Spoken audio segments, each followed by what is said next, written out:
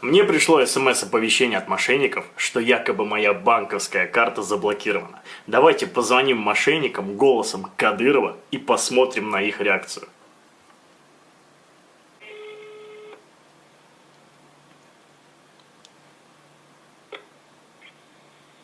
Добрый день, сотрудник отдела по проблемным вопросам. Виктор, чем могу помочь? Ассаламу алейкум, Дона. Тут такой вопрос, мне пришло СМС-оповещение, Дона, что моя банковская карта заблокирована. В чем проблема? Могу уточнить ваши фамилии и имя, отчество, пожалуйста?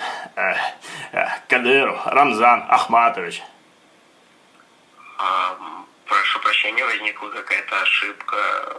У вас нет проблем, Рамзан Ахматович. До свидания.